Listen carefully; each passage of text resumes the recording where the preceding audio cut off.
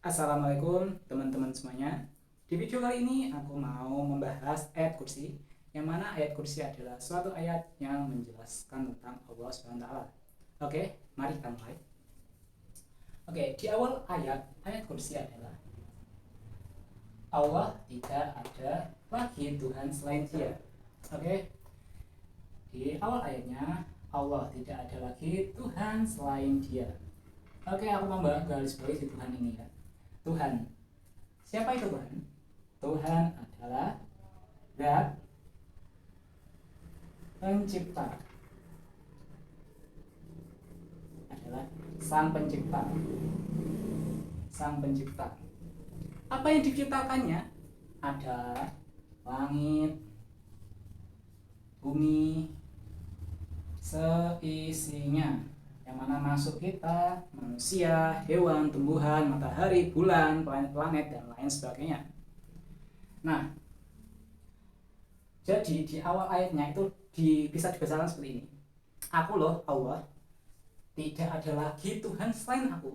Jadi itu mengisahkan kita untuk mengenal Allah, bahwa Allah adalah Tuhan, yang mana Tuhan adalah Sang Pencipta yang menciptakan langit bumi seisinya ini. Yang mana Ia, karena Ia adalah Tuhan, maka Ia adalah yang maha hidup. Jadi Allah itu adalah Zat yang maha hidup, Ia tidaklah mati.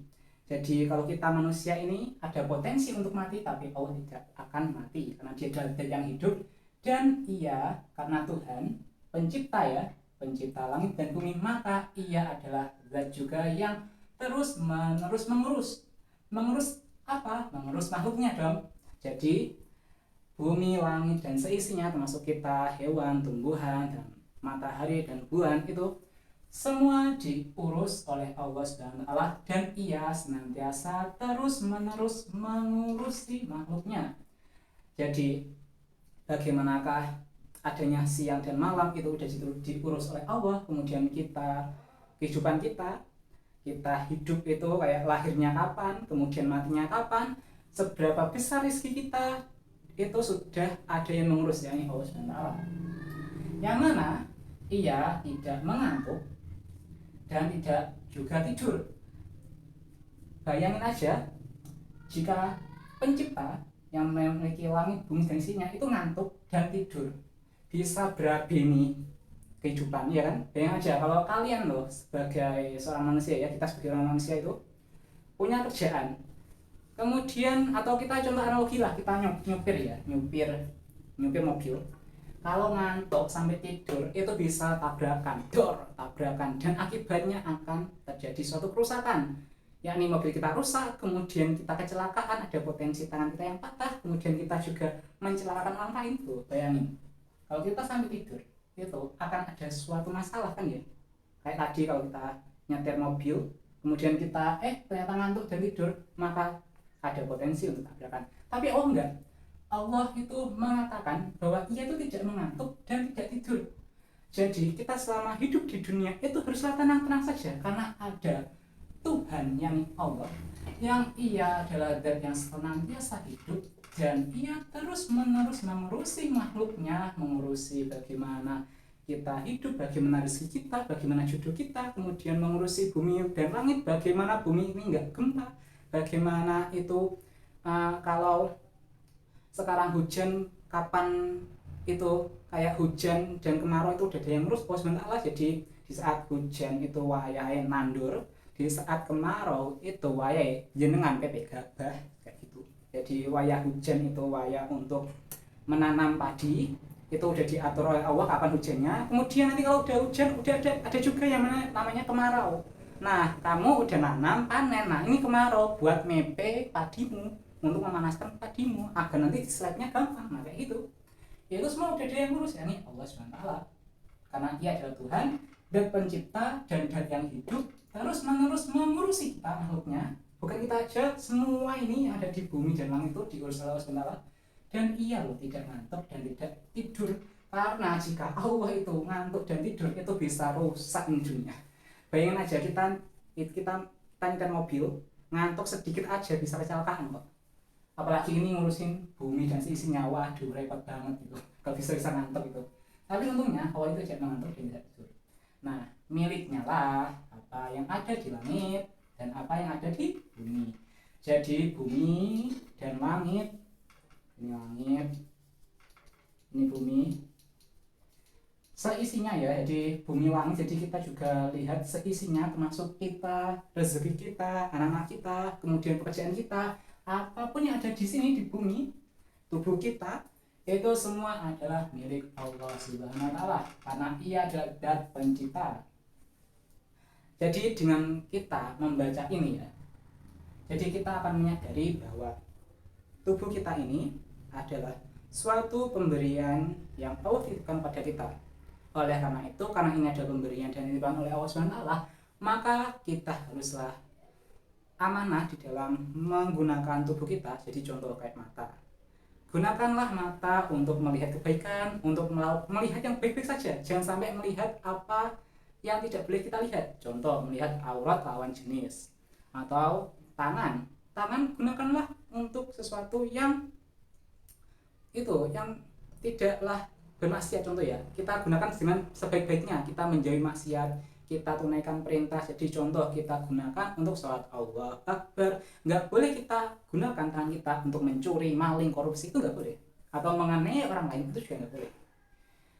Sehingga kita dengan diberitahu Allah bahwa yang ada di bumi dan di langit itu adalah milik Allah SWT, itu akan membuat kita di dalam kehidupan dunia ini akan mengingat jika semua ini adalah suatu titipan yang Allah berikan kepada kita, dan tugas kita sebagai orang yang dititipi haruslah menjaga titipan ini dan menggunakannya sebaik mungkin. Jangan sampai digunakan ke dalam hal-hal yang tidak boleh atau dilarang oleh Allah untuk kita kerjakan. Jadi contoh, kalau kita punya uang yang banyak, uang miliaran, jangan sampai uang itu kita gunakan untuk berjudi, kita gunakan untuk minuman keras, itu tidak boleh. Atau kita gunakan untuk BO, PSK juga tidak boleh. Alangkah baiknya uang yang Allah berikan pada kita gunakan untuk untuk sebagai sarana kita memberi rezeki kepada keluarga, rezeki yang halal. Kemudian jika ada kelebihan harta kita zakatkan, kemudian kita sedekahkan, kita infakkan, seperti itu. Dan juga tubuh kita, karena kita dipilih tubuh oleh Allah, maka kita harus menggunakan tubuh ini sebaik-baiknya, seperti itu.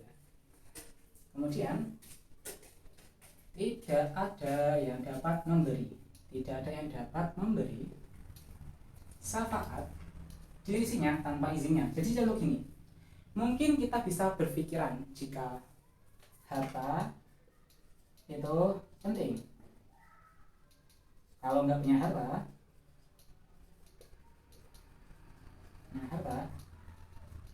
hidup nggak nyaman, nggak tenang.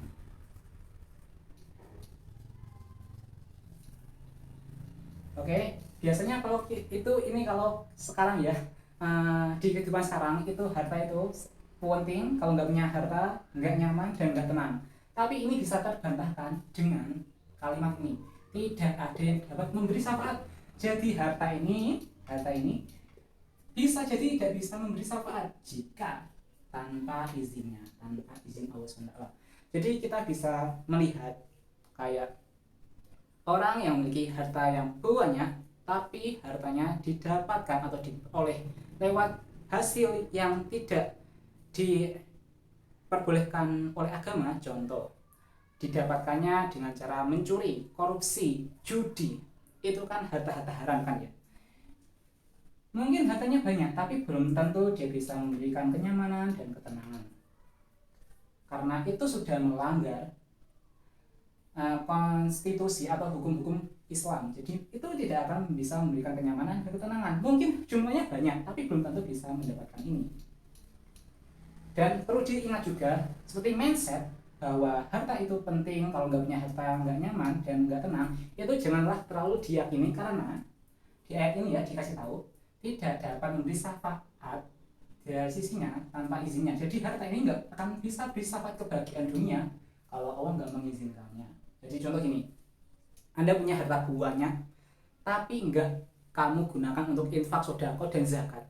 Itu bisa jadi hartamu ini yang kamu kiranya bisa membuat nyaman dan hidup tenang, itu malah bisa menjerumuskan kamu ke dalam kesengsaraan. Karena jika kita punya uang yang banyak, kemudian itu udah mencapai nisab untuk berzakat, kalau nggak kita zakatkan, kemudian kita terlalu mengumpulkannya dan kita bermewah-mewahan, itu bisa jadi itu adalah suatu cobaan. Bukannya jadi suatu karunia, bisa jadi cobaan karena salah kita gunakan. Tadi ya balik lagi di sini, tidak akan memberi syafaat kalau tidak diizinkan oleh Allah. Jadi umur kita, rumah kita, mobil kita itu belum tentu bernilai kebaikan kalau tidak diizinkan oleh Allah, itu menjadi suatu nilai kebaikan. Nah, bagaimana caranya untuk semua hal yang diberikan oleh Allah menjadi suatu kebaikan? Maka kita haruslah mengingat Allah SWT. Kita harus mengingat Allah SWT dan kita berdoa agar apapun yang Allah telah titipkan kepada kita bisa berkah kita gunakan menjadi suatu ladang amal bagi kita di dunia dan di akhirat, sehingga kita bisa terjauhkan atau terhindar dari siksa api neraka. Oke, lanjut ya.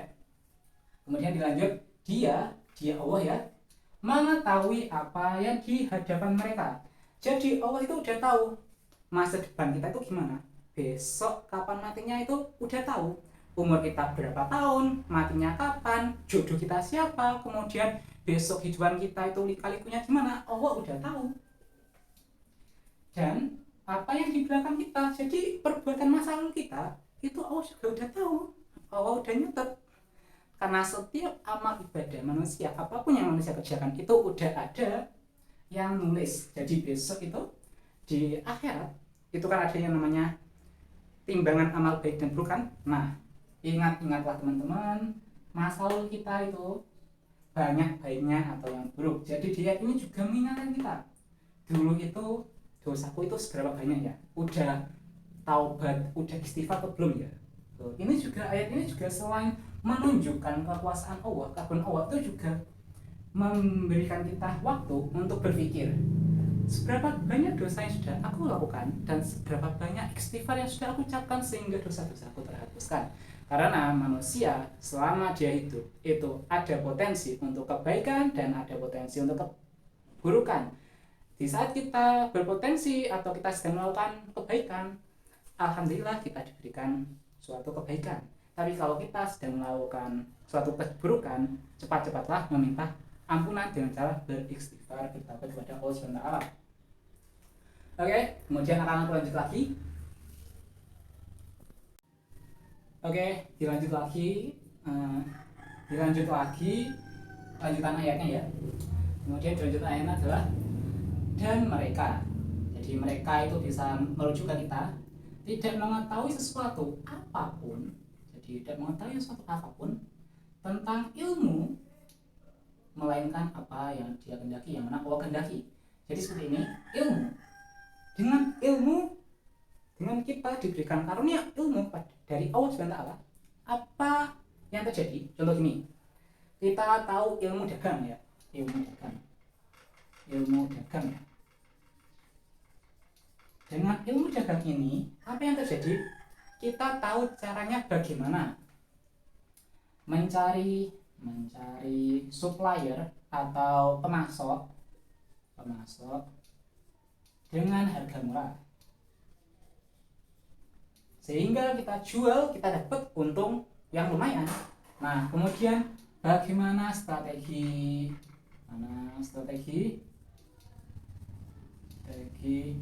agar laku banyak. Nah, ini kan masuk di dalam ilmu perdagangan ya.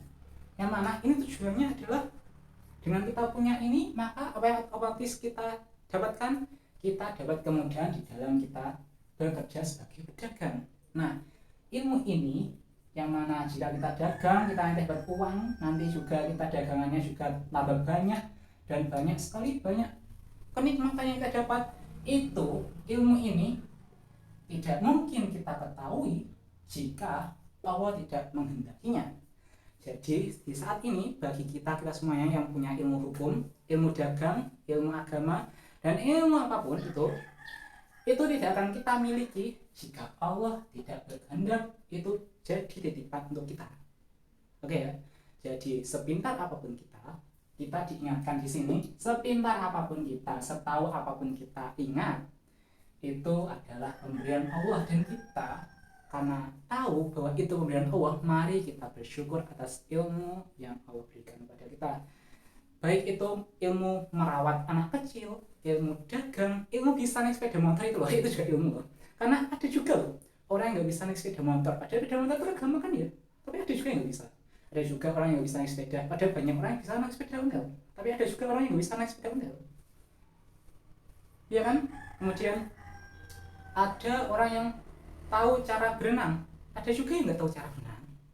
Nah itu semua karena telah dikehendaki oleh Allah, ilmu itu jadi milik Anda, bisa jadi milik saya juga. Nah oleh karena itu mari kita bersyukur atas ilmu yang kita dapatkan, dan dengan adanya ilmu ini, ayat ini ya, kalimat ini itu akan membuat kita tidak sombong dengan ilmu yang kita peroleh, karena kita tahu dia punya ilmu karena dikasih Allah, aku punya ilmu karena dikasih Allah, semua orang punya ilmu dikasih Allah, jadi kita sama-sama aja, kita adalah seorang penerima, sehingga tidak akan ada terbesit di pikiran kita untuk sombong membangga-banggakan ilmu kita, karena baik lagi itu milik Allah, karena kita bisa dapat itu karena dikasih Allah. Kemudian kursi Allah, yang mana ini adalah kursi adalah suatu singgasana atau bisa diartikan keagungannya, atau kekuasaannya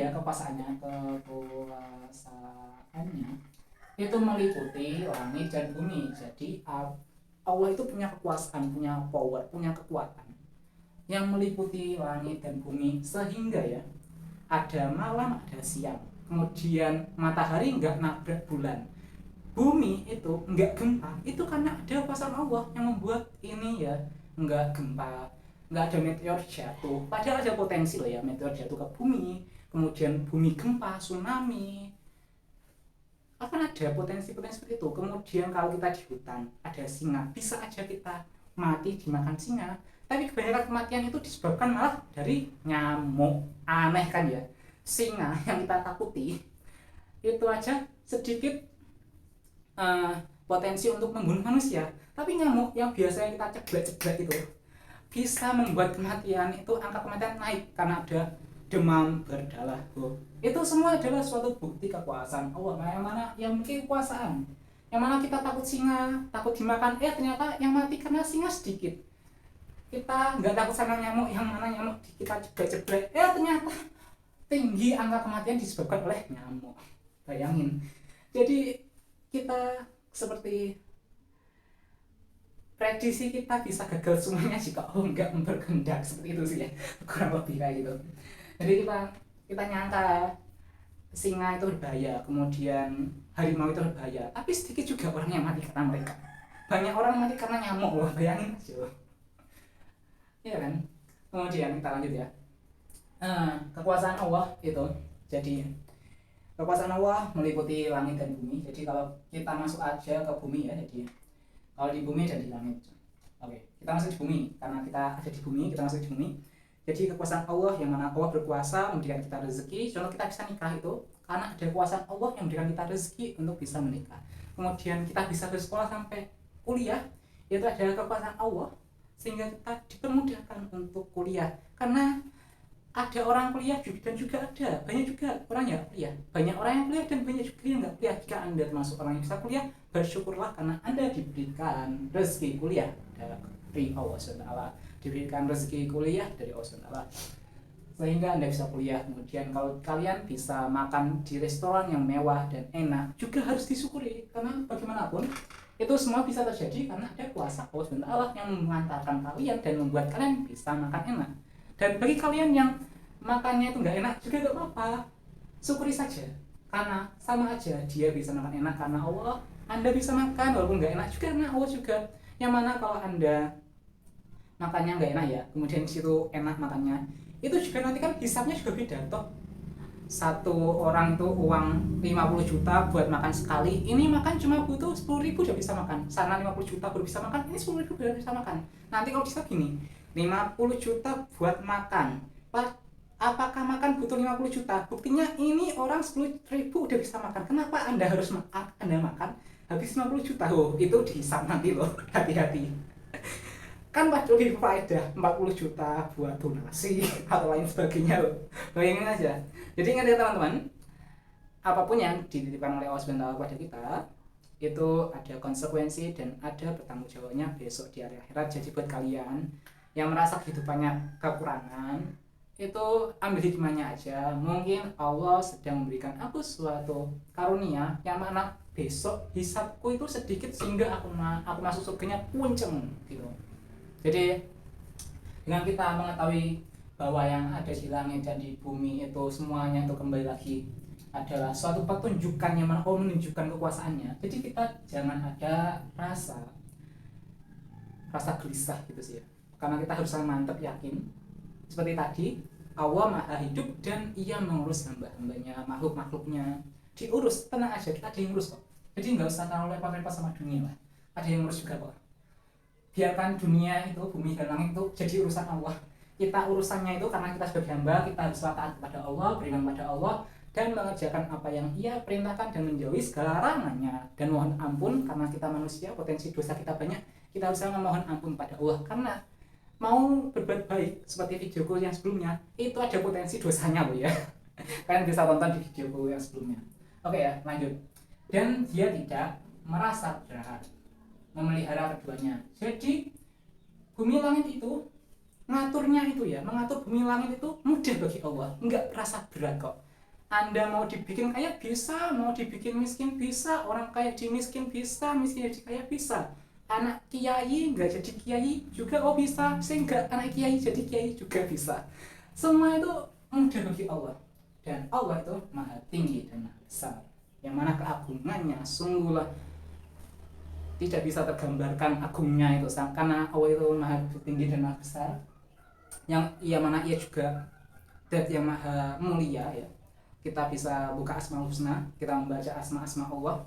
Dia maha pengasih, maha penyayang, maha memiliki kerajaan, maha kaya, mengkayakan, maha pengampun, banyak sekali ya. Itu ada sesuatu, ini juga termasuk sifat-sifat Asmaul Husna Allah, yang mana ini ada sesuatu bisa digambarkan.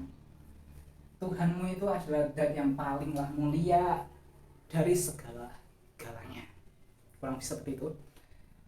Dia maha tinggi, maha besar.